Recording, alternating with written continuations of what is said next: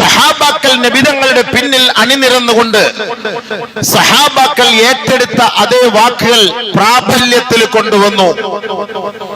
നബിതങ്ങൾ എന്തെല്ലാം അവരുടെ ജീവിതത്തിൽ പറഞ്ഞു കൊടുത്തിട്ടുണ്ടോ അത് മുഴുവനും യാഥാർത്ഥ്യമാണെന്ന് സഹാബാക്കൾ നേരിൽ കണ്ടു മനസ്സിലാക്കി. ഇന്ന് നടക്കുന്ന ഈ പശ്ചിമേഷ്യൻ സംഘർഷങ്ങളെല്ലാം ആ കാലഘട്ടത്തിൽ അള്ളാഹുവിന്റെ റസൂല് പറഞ്ഞത് സഹാബാക്കൾ ഓരോന്നുമായി നബിതങ്ങളുടെ കാലശേഷം എടുത്ത് പറയുകയുണ്ടായി. ആദരവായ റസൂലുള്ളാഹി തങ്ങളുടെ സന്തത സഹചാരിയായ അബ്ദുല്ലാഹി ഇബ്നു മസ്ഊദ് റളിയല്ലാഹു തആല അൻഹു ഒരിക്കൽ അദ്ദേഹം പറയുകയാണ്, ഇന്നസ്സാഅത ലാ തഖൂമു ഹത്താ ലാ യുഖ്സമ മീറാത്ത് വലാ യുഫറഹ ബിഗനീമതിഹി. ഒരു കാലം വരും സഹാബത്തെ, അന്ന് സമ്പത്ത് കുന്നുകൂടുന്ന കാലഘട്ടമായിരിക്കും. അന്ന് യുദ്ധമുതലുകളെല്ലാം നമ്മുടെ മുന്നിൽ കൂനമായി കിടക്കുമ്പോൾ, കൂട്ടം കൂടി കിടക്കുമ്പോൾ മല പോലെ കിടന്നാലും അതാർക്കും അന്നത്തെ കാലഘട്ടത്തിൽ വേണ്ടാത്ത ഒരു കാലമുണ്ടാകും. അങ്ങനെ ഒരു കാലം വരാതെ ലോകം അസ്തമിക്കില്ല കേട്ടോ.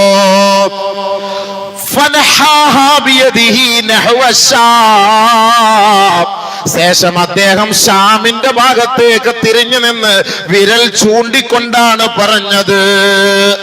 ഷാം എന്ന് പറയുന്ന ഇന്നത്തെ ഫലസ്തീനിന്റെ ഭാഗത്തേക്ക്, ഗസയുടെ ഭാഗത്തേക്ക് ബഹുമാനപ്പെട്ട അബ്ദുല്ലാഹി ഇബ്നു മസ്ഊദ് വിരൽ ചൂണ്ടിയിട്ട് പറയുകയാണ്, യുജ്മഉ ലഅദുൻ യജ്മഉ ലഹുമുൽ ഇസ്ലാം. അവിടുന്ന് ഒരു വിഭാഗം ഇസ്ലാമിനെ തകർക്കാനുള്ള ഒരു സംഘം ഉയർത്തെഴുന്നേൽക്കാൻ കേട്ടോ. ഇസ്ലാമിനെ തകർക്കാൻ ഒരു വിഭാഗം അവിടുന്ന് ഉണ്ടാവുന്നു. ഷാം ഇന്ന് നടക്കുന്ന ആ ഇസ്രായേലിന്റെ ഭാഗത്ത് നിന്ന് ഉണ്ടാകുന്നു.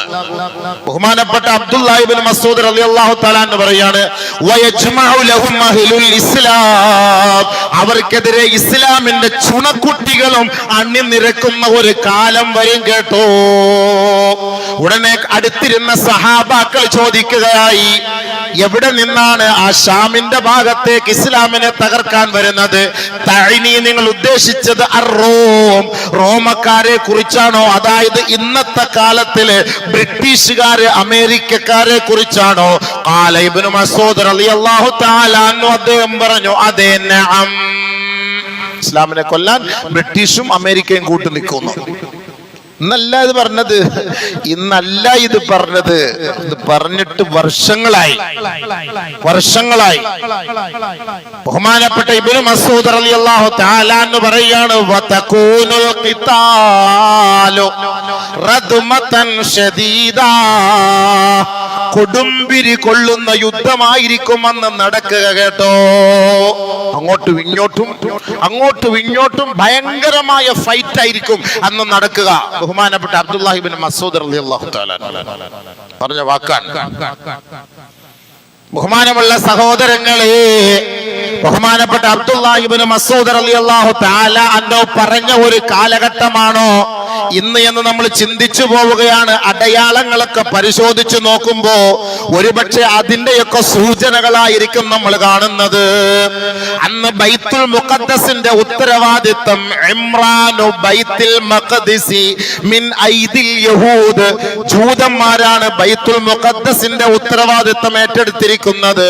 അതിന്റെ പരിപാലക സമിതിയും അതിന്റെ ഭരണകർത്താക്കളും അത് നിയന്ത്രിക്കുന്നതും ആരെ നമസ്കരിപ്പിക്കണം, നമസ്കരിപ്പിക്കണ്ട എന്ന് തീരുമാനിക്കുന്നതും ആ കാലഘട്ടത്തിൽ ജൂതന്മാരായിരിക്കും. സഹാബ ജൂതന്മാരായിരിക്കും. മിൻ ഐദിൽ യഹൂദ്, ജൂതന്മാരുടെ ഭാഗത്തു നിന്നായിരിക്കും അതിന്റെ ഉത്തരവാദിത്വം ഉണ്ടാവുക. ബഹുമാനപ്പെട്ട അബ്ദുല്ലാഹി ഇബ്നു മസ്ഊദ് റളിയല്ലാഹു തആല അൻഹു പറയണമെങ്കിൽ ആദരവായ റസൂലുള്ളാഹി സ്വല്ലല്ലാഹു അലൈഹി വസല്ലമ തങ്ങൾ ബഹുമാനപ്പെട്ട സ്വഹാബാക്കളുടെ മുന്നിൽ അത് പറഞ്ഞത് കൊണ്ടാണല്ലോ അങ്ങനെയൊക്കെ സംഭവിക്കാൻ കാരണം. അങ്ങനെ ജൂതന്മാരുടെ കൈകളിൽ നിന്നാണ് പരിശുദ്ധമായ ഇസ്ലാമിന്റെ മക്കൾ അധികാരം പിടിച്ചെടുക്കുന്നത്. അങ്ങനെ വരുമ്പോ ഭയങ്കരമായ വിപ്ലവം പൊട്ടിപ്പുറപ്പെടുമത്രേ. അങ്ങനെ മദീനയിൽ പ്രശ്നങ്ങൾ ഉടലെടുക്കും. ഇവിടെ തുടങ്ങി, ഇത് വിജയിച്ച് ഇത് ജൂതന്മാരുടെ കയ്യിൽ നിന്ന് പിടിച്ചെടുക്കുമ്പം അടുത്ത പ്രശ്നത്തിന്റെ തുടക്കം മദീനയിലാവും. അടുത്ത പ്രശ്നത്തിന്റെ തുടക്കം മദീനയിലാകും. ഭയങ്കരമായ വിപ്ലവ പോരാട്ടങ്ങളായിരിക്കും പിന്നീട് നടക്കുക. മൽഹമ എന്ന് പറഞ്ഞാൽ ഇറച്ചി കച്ചവടക്കാരത്തെ കുറിച്ച് പറയുന്ന കാര്യമാണ്. മൽഹമ, ഇറച്ചി കഷണിച്ച് കൊടുക്കപ്പെടുന്ന സ്ഥലം എന്ന് പറഞ്ഞാൽ അതേപോലെ തുണ്ടം തുണ്ടമായി വെട്ടി മുറിച്ച് കഷണങ്ങളാക്കപ്പെടുന്ന യുദ്ധം, ഭയങ്കരമായ യുദ്ധം, കൊടുമ്പിരി കൊള്ളുന്ന യുദ്ധം. ഈ സമയത്താണ് ദജ്ജാൽ പുറപ്പെട്ടു വരുന്നത്. ദജ്ജാലിന്റെ വരവ് ആ സമയത്താണ് സംഭവിക്കുന്നത്. ഈ ദജ്ജാലിനെ കണ്ടിട്ട് അള്ളാന്റെ റസൂല് പറഞ്ഞില്ലേ, ബൈത്തുൽ മുഖദ്ദസിൽ അവന് കയറാൻ പറ്റൂല, മദീനയിൽ അവന് പ്രവേശിക്കാൻ പറ്റൂല, മക്കയിൽ അവന് പ്രവേശിക്കാൻ പറ്റൂല. ഇത് മനസ്സിലാക്കിയിട്ട് അന്ന് കാലം വരെ മുസ്ലിമിന്റെ പേരും അണിഞ്ഞുകൊണ്ട് ജീവിച്ചിരുന്ന അഹങ്കാരികളായ ഭരണകർത്താക്കളടക്കമുള്ള മുനാഫിഖീങ്ങള് ഈ ദജ്ജാലിനെ ഭയപ്പെട്ടിട്ട് പരിശുദ്ധമായ മദീനയിലേക്ക് അവർ താവളം മാറ്റി ഒളിച്ചോടി മദീനയുടെ മണ്ണിൽ പോയി അവർ താമസിക്കുമത്രേ. എന്ന് അള്ളാന്റെ ദീനിനെ കളിയാക്കുന്ന മുസ്ലിം നാമധാരികൾ ഇന്ന് പരിശുദ്ധമായ ഇസ്ലാമിനെയും ഇസ്ലാമിക ആശയ ആദർശങ്ങളെയും തകർത്തുകൊണ്ടിരിക്കുമ്പോ, ഈ കുഞ്ഞുമക്കളെ അടക്കം കൊന്നൊടുക്കിക്കൊണ്ടിരിക്കുമ്പോ, കേവലം നോക്കുകുത്തികളായി ആ അൽഫാമോ അടിച്ച് ആടുമന്തിയും തിന്നിട്ട് അവിടെ നൈറ്റ് ക്ലബിലും പങ്കെടുത്ത് വെള്ളം ഓടിച്ച് പെണ്ണുങ്ങളുമായിട്ട് ഡാൻസ് കളിച്ച് അവര് തുള്ളിച്ചാടി സന്തോഷിക്കുന്ന ഈ മുനാഫിഖീങ്ങളായ ആൺ പെണ്ണുങ്ങൾ അടക്കം ദജ്ജാലിന്റെ വരവോടുകൂടി മദീനയിലേക്ക് ഓടി ഒളിക്കുമത്രേ. കാരണം ദജ്ജാലിനെ പേടിച്ചിട്ട്. ദജ്ജാല് മദീനയിൽ കയറൂല. ദജ്ജാല് മദീനയിൽ കയറാതെ വരുമ്പോ മദീനയിലേക്ക് ഒരു ഓടി ഒളിക്കുകയാണ്. അല്ലാഹു റബ്ബുൽ ഇസ്സത്ത് ഇവനേക്കാൾ ബുദ്ധിയുള്ളവനല്ലേ, അഹ്കമുൽ ഹാക്കിമായ പടച്ച തമ്പുരാൻ. ഫഇന്നഹാ തർജുഫു ബിഅഹ്ലിഹാ സലാസ റജഫാത്ത്. ഈ മുനാഫിക്കീങ്ങളായ നാമധാരികളായ മുസ്ലിമീങ്ങൾ മദീനയിൽ ഏതെല്ലാം മാളങ്ങളിലും ഒളിച്ചിരിക്കുന്നുണ്ടോ, അല്ലാഹു റബ്ബുൽ ഇസ്സത്ത് ആ വിഭാഗത്തെ കൊണ്ട് മദീനയെ ഒന്ന് കുലുക്കുമത്രേ. കുലുക്കും. നീ അങ്ങനെ കയറി സൂയിക്കണ്ട. ഇത്ര നാള് അള്ളാഹ് ഇല്ല, ഇബാദത്തില്ല, റസൂലില്ല, ദീനില്ല, ഈമാനില്ല. ഇപ്പൊ ദജ്ജാൽ വന്നപ്പോ അവന്റെ പിടിയിൽ നിന്ന് രക്ഷപ്പെടാൻ വേണ്ടിട്ട് നീ മദീനയിൽ വന്ന് ഒളിച്ചിരിക്കാൻ നീ ശ്രമിക്കുന്നോ? ഇല്ല. അള്ളാഹുവിന്റെ റസൂല് പറയുകയാണ്, ഫൈന്നഹാ ബിഅഹ്ലിഹാ തർജുഫു സലാസ റജഫാത്ത്. 3 കുലുക്കം അല്ലാഹു കുലുക്കും. 3 കുലുക്കം. ഏതെല്ലാം മൂലയിൽ ഈ മുനാഫിക്കീങ്ങൾ ഒളിച്ചിരിക്കുന്നുണ്ടോ, ഈ മുനാഫിക്കീങ്ങളായ ആണും പെണ്ണും ഒളിച്ചിരിപ്പുണ്ടോ, അവിടെയെല്ലാം അല്ലാഹു കുലുക്കുമത്രേ. അവിടെയെല്ലാം അല്ലാഹു കുലുക്കും. ഫയഖ്റുജു ഇലൈഹി കുല്ലു മുനാഫിഖിൻ വ മുനാഫിഖാ. ഓരോ മുനാഫിഖീങ്ങളിൽപ്പെട്ട ആണും പെണ്ണുങ്ങളും ആ ദജ്ജാലിന്റെ അരികിലേക്ക് തന്നെ മടങ്ങി പോകേണ്ടി വരും. അവൻ അങ്ങനെ സൂചിച്ചാൽ കിടക്കാൻ പറ്റൂല, മദീനയിൽ കിടത്തൂല. അള്ളാഹു തആല ഇവനെയൊക്കെ കുലുക്കി ചാടിക്കും പുറത്തേക്ക്. പുകഞ്ഞ കൊള്ളി പുറത്ത് പോ. ഇത്ര നാള് പരിശുദ്ധമായ ദീനിന്റെ ഇസ്ലാമിന്റെ നിയമനിർമ്മാണങ്ങളെല്ലാം ഉണ്ടായിട്ട് അതിനെ നിനക്ക് പാലിക്കാനും ഉൾക്കൊള്ളാനും കഴിയാതെ ഇന്ന് നീ എന്ത് ചെയ്യുന്നു? ദജ്ജാലിനെ കണ്ടപ്പോ നീ ഓടി ഇതിലേക്ക് കയറി വരുന്നു. ഇല്ലേ, വേണ്ട. മദീനെ അള്ളാഹു കുലുക്കുകയാണ്. അങ്ങനെ കുലുക്കിയിട്ട് അതിലേക്ക് മാറ്റിവിടും, അവനിലേക്ക് പറഞ്ഞു വിടും. എത്രത്തോളം എന്ന് വെച്ചാൽ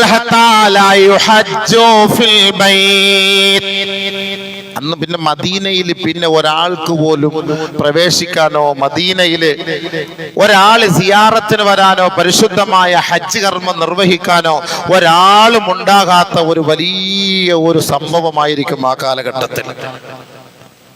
അപ്പോഴാണ് ബഹുമാനമുള്ള സഹോദരങ്ങളെ, ബഹുമാനപ്പെട്ട ഇമാം മഹ്ദി റഹ്മഹുള്ളയുടെ റളിയല്ലാഹു അൻഹുവിന്റെ വരവ്, ഇമാം മഹ്ദിയുടെ വരവ്. അപ്പോഴാണ് ഇമാം മഹ്ദി. ആളുകളെല്ലാവരും എപ്പോഴും ഇപ്പോൾ ഇങ്ങനെ ദുആ ചെയ്തുകൊണ്ടിരിക്കുകയാണ്, ഇമാം മഹ്ദി. നബിയുനാ റസൂലുള്ളാഹി സ്വല്ലല്ലാഹു അലൈഹി വസല്ലമ തങ്ങൾ പറയുകയാണ്, അൽ മഹ്ദിയു മിന്നി. മഹ്ദി എന്ന് പറയുന്നത് എന്റെ ഉമ്മത്തിൽ പെട്ടവരാണ്, എന്റെ കുടുംബത്തിൽ കുടുംബത്തിൽപ്പെട്ടതാണ്. ഔ മിൻ അഹ്ലി ബൈത്തി, എന്റെ അഹ്ലു ബൈത്തിൽപ്പെട്ട വ്യക്തിയാണ് മഹ്ദി എന്ന് പറയുന്ന ആൾ. എന്റെ കുടുംബത്തിൽപ്പെട്ട ആളാണ്, എന്റെ അഹ്ലു ബൈത്താണ്. നബി സല്ലല്ലാഹു അലൈഹി വസല്ലമ തങ്ങൾ അദ്ദേഹത്തെ വിവരിക്കുകയാണ്, വർണ്ണിക്കുകയാണ്. അജിലൽ അജിലൽ ജബ്ഹതി, വിശാലമായ നെറ്റിത്തടമുള്ള വ്യക്തിയാണ്. അഖ്നൽ അൻഫി, നീളമുള്ള മൂക്കാണ്. പറഞ്ഞ വലിയ നീളത്തിലുള്ള മൂക്കെന്നല്ല, ഒരു മുഖ സൗന്ദര്യം, ഒരു ആകാര സൗഷ്ഠവം, അതിനൊക്കെ ഒരു നിയമമുണ്ടല്ലോ, ആ ഒരു സന്തോഷം. യംലഉൽ അർള ഖിസ്തൻ വഅദിലാ, ബഹുമാനപ്പെട്ട മഹ്ദി ഇമാമ് വരുന്ന സമയത്ത് ഭൂമിയിൽ ഭയങ്കര ളുൽമും അഹങ്കാരവും അഹന്തയും അധർമ്മവും അക്രമവും കൊടികുത്തി വാഴുന്ന ഒരു സാഹചര്യമായിരിക്കും. ഭൂമിയിൽ മൊത്തം പ്രശ്നങ്ങളായിരിക്കും. അങ്ങനെ ഒരു കാലഘട്ടത്തിലാണ് ഇമാം മഹ്ദി വരുന്നത്.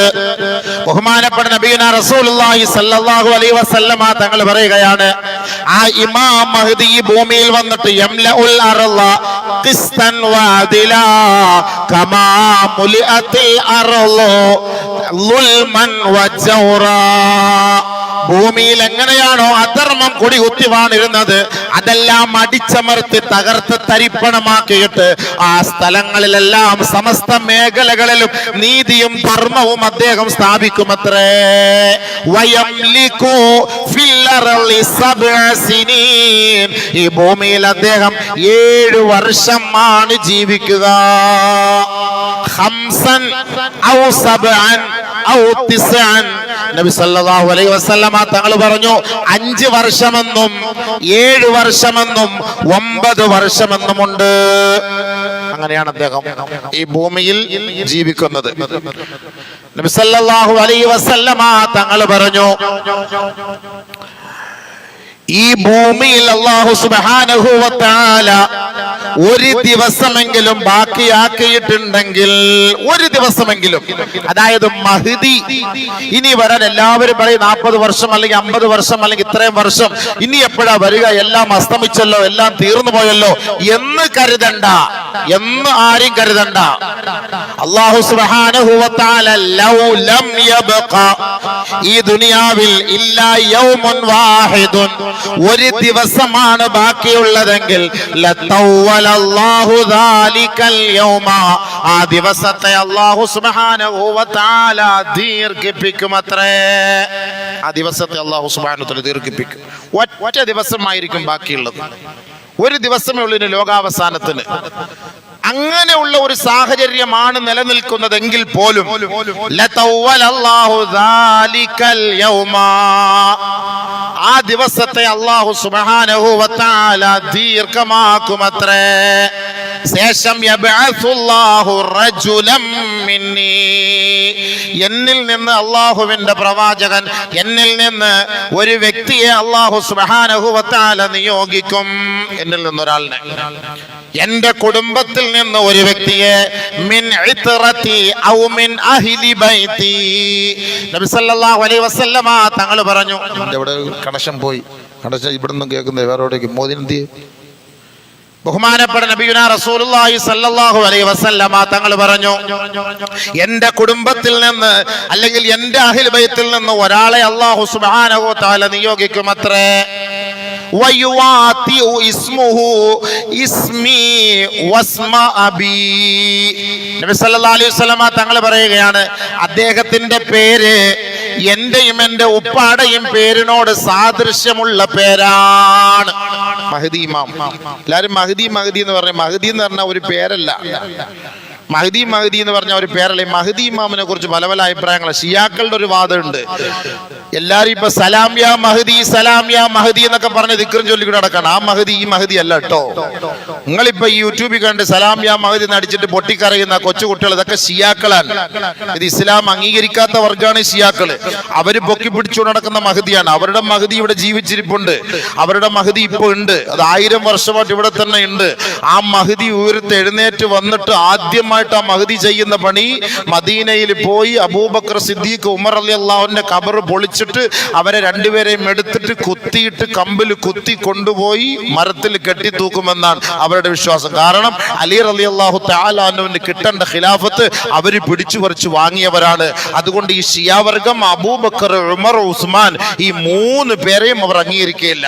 അവർ മനസ്സിലാക്കിയതും അംഗീകരിക്കുന്നതും അലി റളിയല്ലാഹു തആല അൻഹുവിനാണ്. അലി റളിയല്ലാഹു തആല അൻഹുവിനെയാണ്. അപ്പൊ അലി അതുകൊണ്ടാണ് അവിടെ അല്ല യാ അലി യാ അലി യാ അലി എന്ന് പറഞ്ഞു. അതുകൊണ്ട് ഹദീസുകളിൽ ഒരുപാട് മാറ്റങ്ങൾ അവർ വരുത്തിയിട്ടുണ്ട്. അലി അലിഹിസ്സലാം എന്നൊക്കെ പറഞ്ഞിട്ടാണ് അവരിങ്ങനെ എഴുതുന്നത്.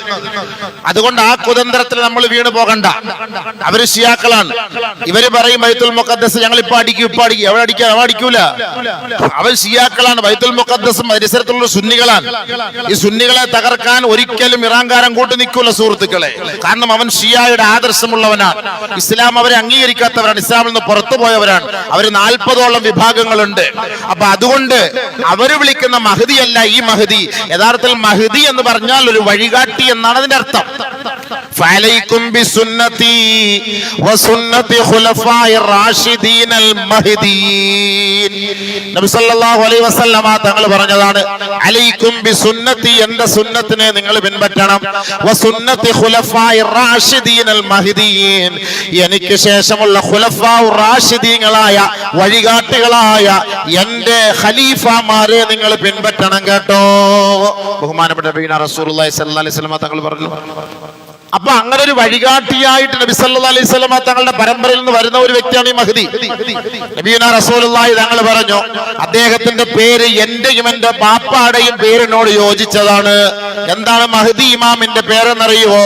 മുഹമ്മദ് ഇബ്നു അബ്ദുല്ലാഹിൽ അലവിയിൽ ഫാത്തിമിയിൽ ഹസനി. ഇതാണ് ഇമാം മഹ്ദി. ചുമ്മാ ഇമാം മഹ്ദി ഇമാം മഹ്ദി എന്ന് വിളിച്ച് പറഞ്ഞു നടന്നിട്ട് കാര്യമില്ല. മഹ്ദി ഇമാമിന്റെ പേരെന്താ? മഹ്ദി ഇമാം. മഹ്ദി ഇമാം. മഹ്ദി ഇമാമിനെ എല്ലാവരും നോക്കിയിരിക്കുക.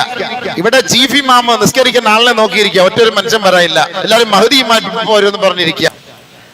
ഇപ്പോ നമ്മൾ പശ്ചിമേഷ്യയിൽ നമ്മൾ കാണുന്ന സംഭവമാണ്. കൊച്ചു കുഞ്ഞു മക്കൾ പോലും അവർക്കറിയാം, കൊച്ചു കുട്ടികൾക്ക് നാളെ ഞാൻ മരിക്കുമെന്നറിയാം. ആ കുഞ്ഞു മക്കളോട് മറ്റൊരു സ്ഥലത്തേക്ക് പോകാൻ പറഞ്ഞിട്ട് പോലും ഇല്ല, വേണ്ട എന്നാണ് പറയുന്നത്. ഈ യുദ്ധം തുടങ്ങുന്നതിന് മുമ്പ് ഫലസ്തീനിലേക്ക് യാത്ര ചെയ്ത ഒരു സംഘം, അതിൽപ്പെട്ട ഒരു കേരളക്കാരനായ ഒരു സഹോദരൻ ബൈത്തുൽ മുഖദ്ദസിൽ വെച്ച് ഒരു കുട്ടിയെ കാണുകയുണ്ടായി.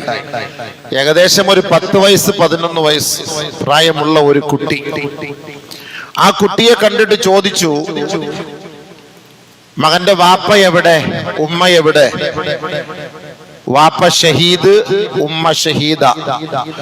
ആകാശത്തേക്ക് കൈ ഉയർത്തി കാണിച്ചു. വാപ്പായും ഉമ്മായും സ്വർഗത്തിലാണ്, ഷഹീദായി, ഞാൻ മാത്രമാണ്.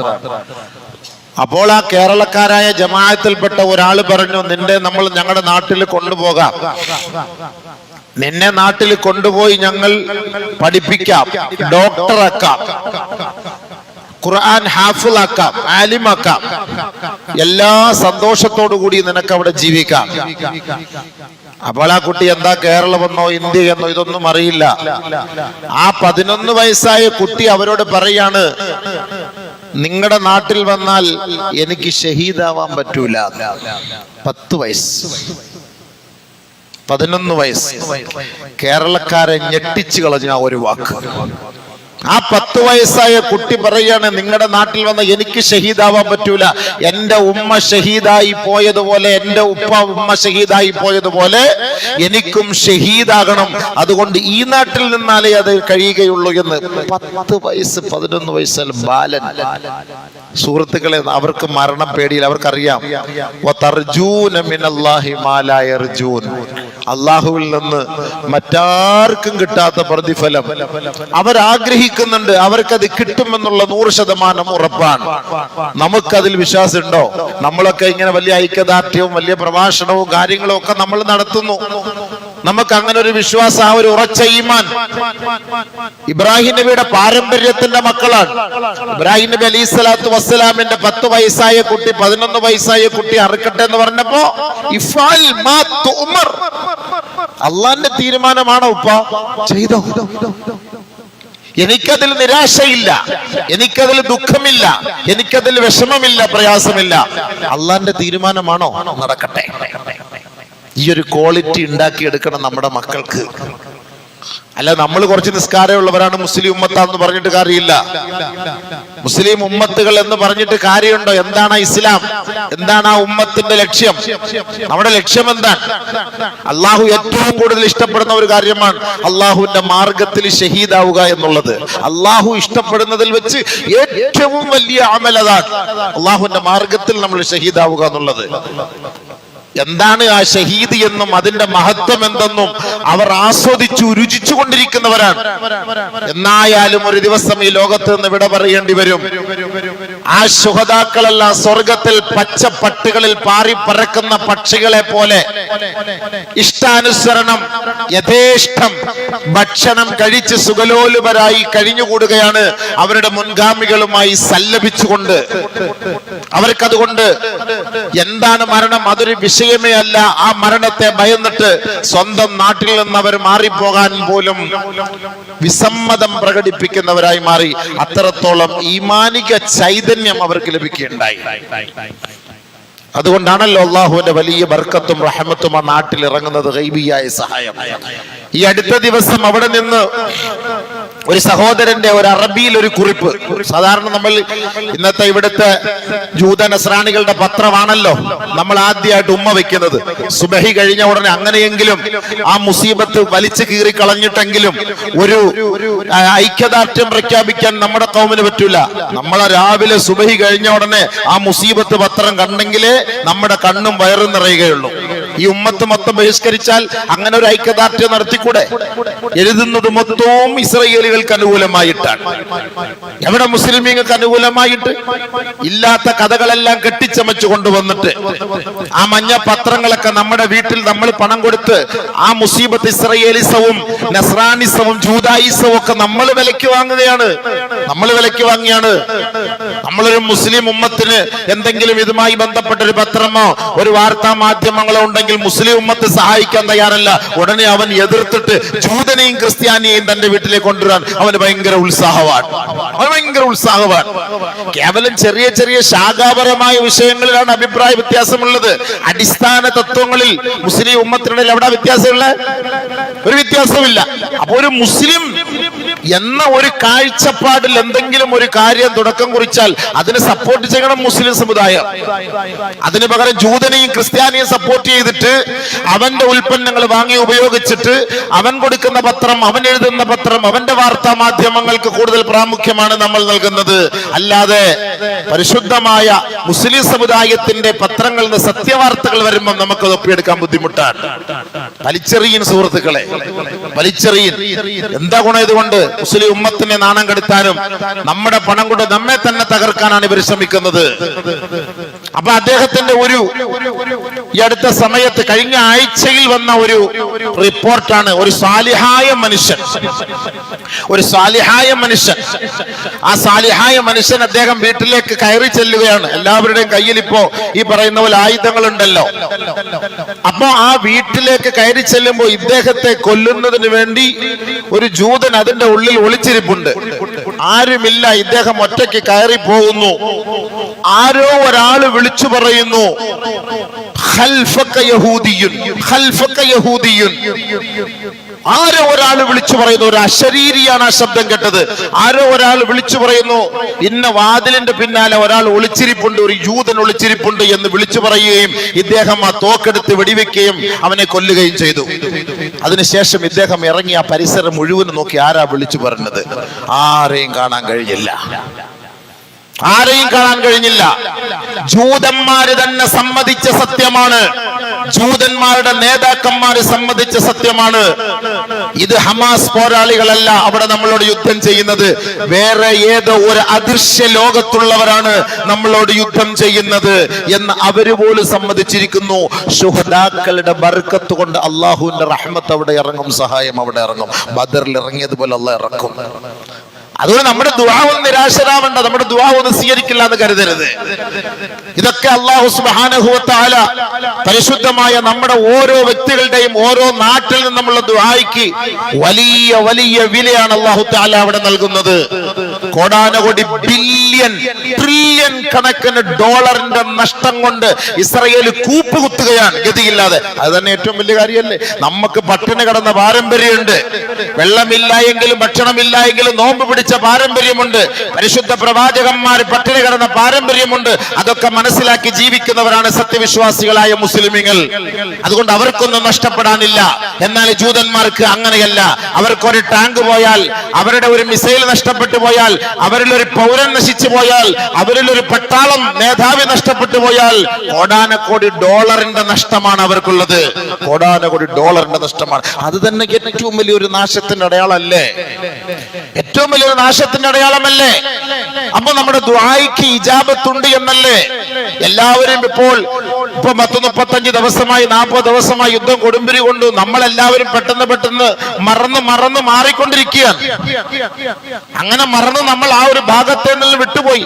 അറേബ്യൻ നാടുകളിൽ മ്യൂസിക്കിന്റെയും കലാവിരുന്നുകളുടെയും അരങ്ങേറുമ്പോ ഇന്ത്യ രാജ്യത്തിലെ മഹാപണ്ഡിത മഹത്തുക്കൾ കത്തെഴുതി അറബ് ലോകത്തിന്, നമ്മുടെ സാധുക്കളായ മുസ്ലിം സഹോദരങ്ങളും കുഞ്ഞുമക്കളും പിടഞ്ഞ് മരിക്കുമ്പോ അതേ ജസീറത്തുൽ അറബിന്റെ മണ്ണില് നിങ്ങൾ നൃത്തം ചവിട്ടി അട്ടഹസിച്ച് പാട്ടുപാടി സന്തോഷിക്കുകയാണ് അല്ലേ? ആ ഒരു ഈമാനിക വാക്കെങ്കിലും ഇന്ത്യൻ ഉലമാക്കളെ കൊണ്ട് സാധിച്ചു. അത് ഏറ്റവും വലിയ കാര്യമാണ്. അത് അവരുടെ പത്രമാധ്യമങ്ങളെല്ലാം വ്യാപിച്ചു. അവിടുത്തെ എംബസിക്ക് അയച്ചു കൊടുത്തു. ബഹുമാനമുള്ള സഹോദരങ്ങളെ, ഇതൊക്കെയല്ലേ നമുക്ക് ചെയ്യാൻ പറ്റുകയുള്ളൂ. നമ്മൾ ഇത് കണ്ടിട്ട് നോക്കുകുത്തികളായിരിക്കാൻ നമ്മളെ കൊണ്ട് കഴിയുകയില്ല. പരിശുദ്ധമായ ദീൻ ലോകത്തോട് പഠിപ്പിക്കുന്നത് 2 വിഭാഗമാണ് ലോകത്തെ നയിക്കേണ്ടത്. ഒന്ന് ഉലമാക്കളും 2 മുലൂക്കുകളുമാണ്. ആ മുലൂക്കുകളാണ് തീരുമാനിക്കേണ്ടത്.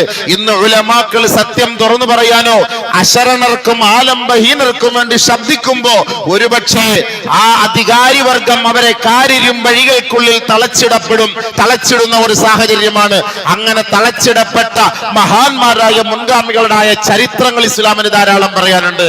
സത്യത്തിന് വേണ്ടി നിലകൊള്ളുന്ന പണ്ഡിതന്മാരെ തകർക്കുക എന്ന ലക്ഷ്യം രംഗത്തേക്ക് വരുന്നത് മുസ്ലിം ഭരണകൂടത്തിന്റെ ഭാഗത്ത് നിന്നാണ്. അതുകൊണ്ടല്ലേ ഈ മുസ്ലിം കൺട്രികളിൽ ഒരാൾ പോലും നോക്കുകുത്തിയായി നിൽക്കുക അല്ലാതെ ഒരാൾ പോലും ഈ ഒരു യുദ്ധം നിർത്ത് അതിനുവേണ്ടി പാടുപെടാനോ പരിശ്രമിക്കാനോ അതിനുവേണ്ടി എന്തെങ്കിലും ഒരു തീരുമാനത്തിലെത്താനോ തയ്യാറാകാത്തതിന്റെ കാരണം എന്താ? അവര് രഹസ്യമായി ഐക്യത്തിന്റെ അജണ്ടയും പരസ്യമായി വെറുതെ ഒരു വാക്ക് പറയുകയുമാണ്, നമ്മളെ പരിഹസിക്കുകയാണ് ചെയ്യുന്നത്. അതുകൊണ്ട് സുഹൃത്തുക്കളെ, സഹോദരങ്ങളെ, നമ്മൾ ഈ അധികാരികളുടെ വാക്കുകളൊന്നും നമ്മൾ കേൾക്കണ്ട. നമ്മൾ നേരെ നബിതങ്ങളിലേക്ക് വാ. എന്താണ് ഇസ്ലാം പഠിപ്പിച്ചത്? ഹബീബായ തങ്ങൾ പറഞ്ഞത് എന്താണ്? നമുക്കതേ ഉള്ളൂ നമുക്ക് വിശ്വാസം. അതല്ലാത്ത നിങ്ങൾ ആരെയും ഡിപ്പെൻഡ് ചെയ്തിട്ട് കാര്യമൊന്നുമില്ല. നിങ്ങൾ കുവൈത്തിനെയോ സൗദി അറേബ്യയോ ബഹ്റൈനെയോ ഖത്തറിനെയോ നിങ്ങളൊക്കെ ഡിപ്പെൻഡ് ചെയ്തതുകൊണ്ട് യാതൊരു ഗുണവും ഉണ്ടാകാൻ പോകുന്നില്ല. അവര് കുലുങ്ങുക പോലുമില്ല. ഇനി ഭസ്മമായി ബൈത്തുൽ മുഖദ്ദസ് തുടച്ച് നീക്കപ്പെട്ടാൽ പോലും ആരും മിണ്ടുകയില്ല. അവരുടെ സ്വന്തം രക്ഷയും അവരുടെ അലമാരകളും അവരുടെ ഖജനാവുകളും അവരുടെ കൊട്ടാരങ്ങളും അവരുടെ നാരിമാരും അവർക്കൊരു പൊള്ളലേക്കാതെ സംരക്ഷിക്കലാണ് അവരുടെ ഏറ്റവും വലിയ ഉത്തരവാദിത്തം. അതങ്ങനെയാണ് പാരമ്പര്യം, ചരിത്ര പാരമ്പര്യം അങ്ങനെയാണ്. അതുകൊണ്ട് ഈമാനുള്ളവർക്ക്, ഈമാനിക ബോധമുള്ളവർക്ക്, ഇസ്ലാമുമായി ബന്ധമുള്ളവർക്ക്, ശരീഅത്തുമായി ബന്ധമുള്ളവർക്ക് അള്ളാഹുവും അവന്റെ റസൂലും പഠിപ്പിച്ചത് എന്താണോ ആ ഒരു വഴിയിലേക്ക് നമ്മൾ നീങ്ങുക. അതാണ് അല്ലാഹു സുബ്ഹാനഹു വ തആല പറഞ്ഞത്.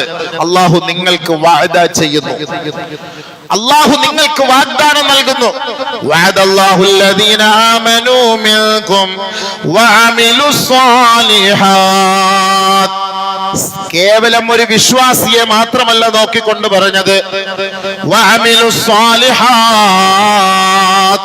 സ്വാലിഹായ അമലുകൾ ചെയ്യുന്ന, കർമ്മങ്ങൾ ചെയ്യുന്ന സത്യവിശ്വാസികൾ ആരാണോ, ലയസ്തഖ്ലിഫന്നഹും ഫിൽ അർദ്, നിങ്ങൾക്ക് ഭൂമിയുടെ കിരീടവും അധികാരവും ചെങ്കോലും ഞാൻ നിങ്ങൾക്ക് കൈമാറാം. അള്ളാഹു പറയാണ്. അള്ളാഹ് വെച്ച ഡിമാൻഡ് എന്താ? കേവലം ഞാനൊരു മുസ്ലിമാ, ഞാനൊരു സത്യവിശ്വാസിയാ എന്ന് പറഞ്ഞതുകൊണ്ട് കാര്യമില്ല കാക്കാ. എന്നിട്ട് കാര്യമില്ല. എല്ലാരും ഈമാനുള്ളവരാ, എല്ലാരും മുസ്ലിമീങ്ങളാ, എല്ലാരും വിശ്വാസമുള്ളവരാണ്. അള്ളാഹ് പറഞ്ഞ വാക്കെന്താ? വഅദല്ലാഹുല്ലദീന ആമനൂ മിൻകും വഅമിലുസ് സാലിഹാത്ത്. സാലിഹായ അമലുകൾ ചെയ്യുന്ന നിങ്ങളിൽ നിന്നുള്ള യഥാർത്ഥ സത്യവിശ്വാസികൾ ആരാണോ ലയസ്തഖ്ലിഫന്നഹും ഫിൽ അർദ് കമസ്തഖ്ലഫല്ലദീന മിൻ ഖബ്ലിഹിം മുൻഗാമികളായ സാലിഹീങ്ങളുടെ കൈകളിൽ ഈ ഭൂമിയുടെ കിരീടം അല്ലാഹു നൽകിയതുപോലെ അല്ലാഹു റബ്ബുൽ ഇസ്സത്ത് ജൂതന്റെ നസ്രാണിയുടെ കയ്യിൽ നിന്ന് അധികാരം നിങ്ങളുടെ കൈകളിലേക്ക് അല്ലാഹു വാങ്ങിത്തരുമത്രേ. അല്ലാഹു പറഞ്ഞ വാക്കാണ്. അല്ലാഹു വാങ്ങിത്തരുമെന്ന് നമ്മൾ പേടിക്കണ്ടെന്നാ പറയുന്നത്. ഡിമാൻഡ് ഉണ്ട്, വെറുതെ അല്ല. كما استخلف الذين من قبلهم وليمكنن لهم دينهم الذي ارتضى لهم وليبدلنهم من بعد خوفهم أمنا. ഏതൊരു വർഗത്തെയാണോ, പ്രതിയോഗികളെയാണോ, ജൂതന്മാരെയാണോ, ഫാസിസ്റ്റുകളെയാണോ, നാസിസ്റ്റുകളെയാണോ നിങ്ങൾ ഭയപ്പെടുന്നത്, നിങ്ങൾ ഭയപ്പെടേണ്ട കേട്ടോ. ആ ഭയത്തിൽ നിന്ന് നിങ്ങളെ സുരക്ഷിത സ്ഥാനത്തേക്ക് നാം അവരോധിക്കാം. രണ്ട് ഡിമാൻഡ് നിങ്ങൾ സ്വീകരിച്ചാൽ മതി. അല്ലാഹു പറയാണ്, എല്ലാരും കൈമലർത്തുമ്പം അവസാനം നമ്മൾ സഹായത്തിന് തേടുന്നത് ഇലാഹായ റബ്ബിനോടാണ്. ഇത് അവസാനമല്ല, തുടക്കത്തിലും തേടണം, ഒടുക്കത്തിലും തേടണം, ഒടുക്കം വരെയും തേടണം. അള്ളാഹുവിനോടാണ് തേടേണ്ടത്. വേറെ ആരോട് തേടാൻ? 100 ടാങ്കുകൾ ഉള്ളവനോട് തേടിയിട്ട് കാര്യമില്ല, വലിയ മിസൈൽ ഉള്ളവനോട് തേടിയിട്ട് കാര്യമില്ല.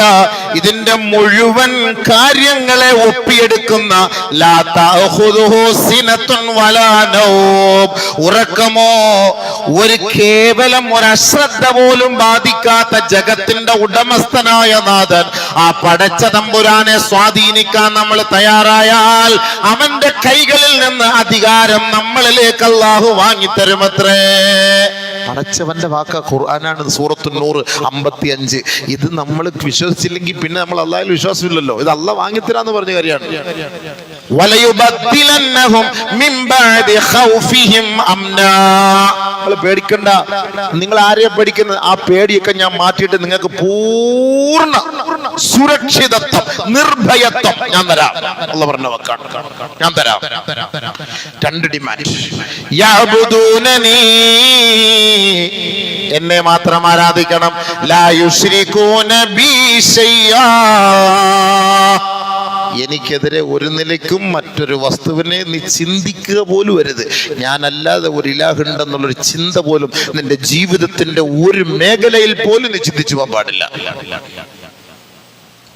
അള്ളാഹു പറയാണ്, എന്നെ ആരാധിച്ച് സാലിഹായ അമൽ ചെയ്യാൻ നീ തയ്യാറുണ്ടോ എങ്കിൽ ഞാൻ നിന്നെ സഹായിക്കാം. അല്ലാഹു പറഞ്ഞ വാക്കാണ്, അല്ലാഹു പറഞ്ഞ വാക്കാണ്. ഇതിനപ്പുറത്ത് നമുക്ക് ലോകത്ത് ഒരു യജമാനനില്ല, ഒരു യജമാനനില്ല.